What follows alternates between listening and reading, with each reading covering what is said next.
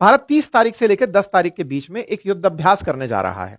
उस युद्ध अभ्यास की चिंता पाकिस्तान को सताने लगी है कि कहीं ऐसा तो नहीं कि यह युद्ध अभ्यास के नाम पर, त्रिशूल नाम से युद्ध अभ्यास है जिसमें भारत की तीनों सेनाएं शामिल हो रही हैं। ये युद्ध अभ्यास करते करते कहीं हमारे भीतर ना घुसाएं, क्योंकि थोड़े दिन पहले राजनाथ सिंह जी इनको चमका के तो गए थे कि तुम्हारे साथ कुछ हो सकता है। ऐसे में पाकिस्तानियों ने भी अपनी तरफ से नोटम जारी कर दिया है, और पाकिस्तान ने जैसे ही नोटम जारी किया, वर्ल्ड के अंदर यह खबर बन गई कि भाई कहीं ऐसा तो नहीं है ऑपरेशन सिंदूर अभी कंटिन्यू ही चल रहा है, और यह हेडलाइन बन जाती है। पाकिस्तान ने अपने हवाई क्षेत्र को प्रतिबंधित कर दिया है कि भाई कोई हमारे हवा क्षेत्र से भी नहीं उड़ेगा, पता चले कि हमारे क्षेत्र से कोई अंदर घुस गया और हमको ही गोलाबारी करके चला गया।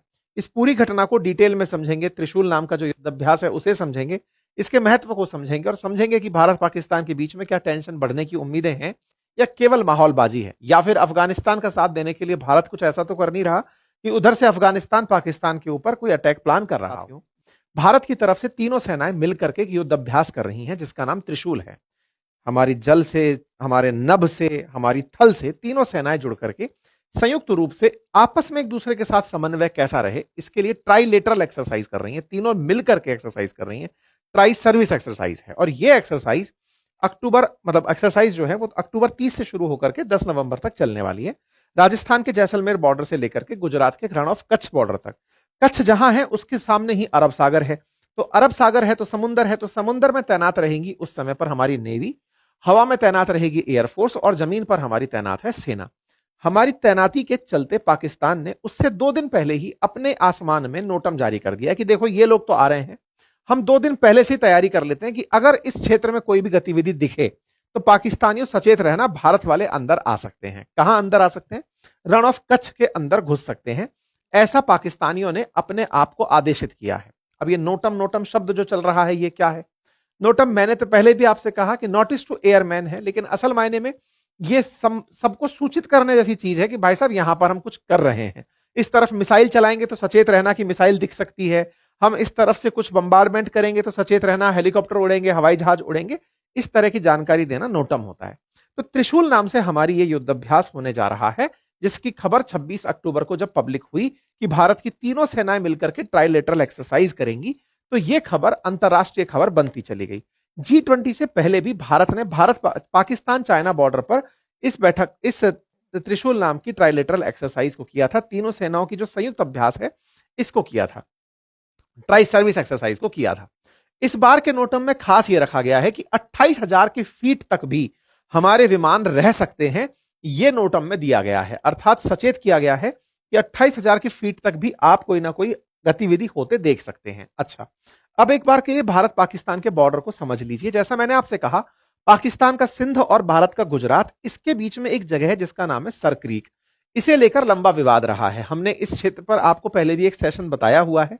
सरक्रीक वो जगह है जिसे पाकिस्तान क्लेम करता है कि यह हमारा होगा, और भारत कहता है कि यह हमारा है। दोनों ही यहां पर असल में लगभग 90 से लेकर के 95 किलोमीटर की एक नहर जैसी जगह है, खांची है, खाई है, जिसमें समुद्र का पानी अंदर जाता है। अब वो जो खांच बनी हुई है, उस खांच को अगर नदी मान लिया जाए तो थालवेग प्रिंसिपल लागू होता है, जिसके अकॉर्डिंग अगर 2 देश अपनी सीमाएं तलाश रहे हो किसी नदी के माध्यम से, तो उस नदी में आधा रास्ता यानी कि नदी के मध्य से बाउंड्री डिस्कस हो जाती है। अर्थात सरक्रीक अगर किसी प्रकार की एक सकरी नदी है, तो उस नदी के मध्य में से आधा पाकिस्तान का, आधा भारत का होना चाहिए। लेकिन पाकिस्तान का क्लेम यह है कि माना कि यह 90-95 किलोमीटर गहरी है, अंदर तक जा रही है, लेकिन पानी उसमें असल में समुद्र का भरा हुआ है, नदी का पानी नहीं है। और नदी का पानी नहीं है, ऐसे में थालवेग प्रिंसिपल लागू नहीं होता, और जब नहीं लागू होता तो ऐतिहासिक रूप से उसे सिंध के साथ होना चाहिए, क्योंकि गुजरात के तट पर वो स्थित है, यहां से आगे पाकिस्तान शुरू होता है। इस पर भारत का तर्क यह है कि ऐतिहासिक रूप से तो तुम भी हमारे ही थे, ऐसे में ये तो हम डिसाइड करेंगे कि कहां होगा। बस इसी सरक्रीक को लेकर के भारत पाकिस्तान 1965 से उलझते आ रहे हैं। तो ये एक जगह ऐसी है जिसे लेकर भारत कभी भी धप्पा बोल सकता है, क्योंकि यह विवाद लंबा है, और भारत चाहे तो इस विवाद को सुलझाने के लिए इस पूरे क्षेत्र पर ही कब्जा स्थापित करके, क्योंकि अभी भी हमारा ही नियंत्रण यहां पर रहता है, दलदल बनी रहती है। ऐसे में बीएसएफ के द्वारा यहां की जो बॉर्डर सिक्योरिटी है वो भी थोड़ी टफ रहती है, लेकिन फिर भी हम लोग यहां पर कंट्रोल रखते हैं। भारत की तरफ से जो सदर्न कमांड है वो एक्टिवली यहां पर पार्टिसिपेट करेगी, ये सदर्न कमांड ने अपनी तरफ से जानकारी देते हुए ट्वीट पर जानकारी दी थी। ठीक है, भारत की सदर्न कमांड हमारी अनेक कमांड में से एक कमांड है जो अपना मुख्यालय पुणे में रखती है और वो इस क्षेत्र में फिलहाल युद्ध अभ्यास के अंदर सक्रिय रूप से भागीदारी निभाएगी। ये खुफिया निगरानी टोही मिशन के रूप में काम करेगी, लॉन्ग रेंज प्रिसीजन स्ट्राइक को देखेगी, यूनिफाइड तरीके से सारी वायु और मतलब भूमि पर बैठी हुई सेनाएं आपस में कैसे काम कर सकती हैं, इन सबको ऑब्जर्व किया जाएगा। लगभग 30,000 भारतीय सैनिक पाकिस्तान सीमा पर जमा होंगे। ऐसे में ड्रोन, मिसाइल, इलेक्ट्रॉनिक वारफेयर, इन सब की हाईली टेस्टिंग होगी।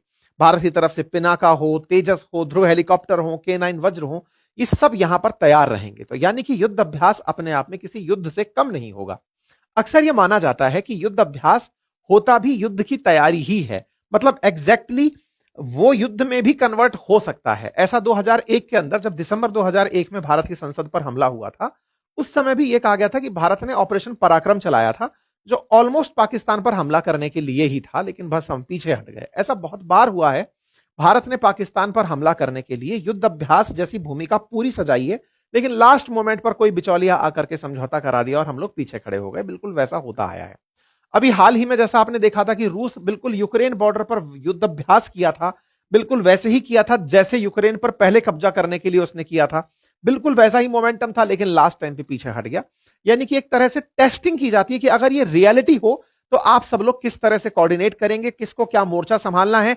रियल ग्राउंड प्रैक्टिस कराई जाती है और ये रियल ग्राउंड प्रैक्टिस में रियल एमुनेशन चलते हैं। ऐसा नहीं है कि हवाई फायर होते हो जिसमें कोई मरता गिरता ना हो। इसमें अगर निशाने के सामने कोई है तो वो खत्म ही होगा, क्योंकि रियल गोले दागे जाते हैं। रियल में ही सब कुछ हो रहा होता है, बस दुश्मन को डमी बनाया जाता है। ठीक है, ऐसे में भारत की तरफ से जो नोटम जारी हुआ उस पर पाकिस्तान की प्रतिक्रिया आई और पाकिस्तान ने अपनी तरफ से नोटम जारी कर दिया कि भाई हम अपने क्षेत्र को लेकर सचेत हैं, अगर आप इधर से आओगे तो हमको भी पता है कि आप इधर से निकल सकते हो।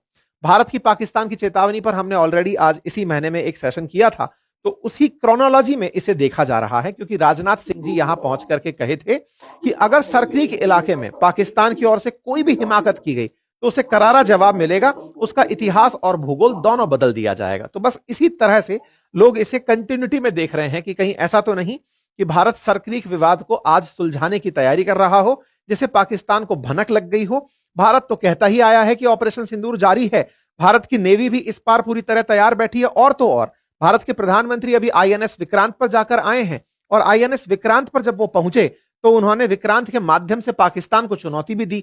दिवाली के अवसर पर प्रधानमंत्री जब आईएनएस विक्रांत पर थे तो इन्होंने बाकायदा ये कहा कि आईएनएस विक्रांत का नाम सुनते ही पाकिस्तान की हवा निकल जाती है।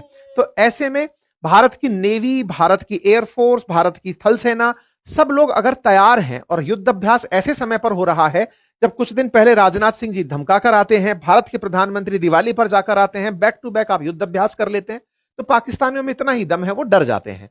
और बस इसी डर को देखते हुए आगे की बातें की जा रही हैं। अब इसमें ऐड क्या होता है? ऐड ये होता है कि भारत पाकिस्तान के बीच में माहौल तो पहले से भी खराब चल ही रहा था।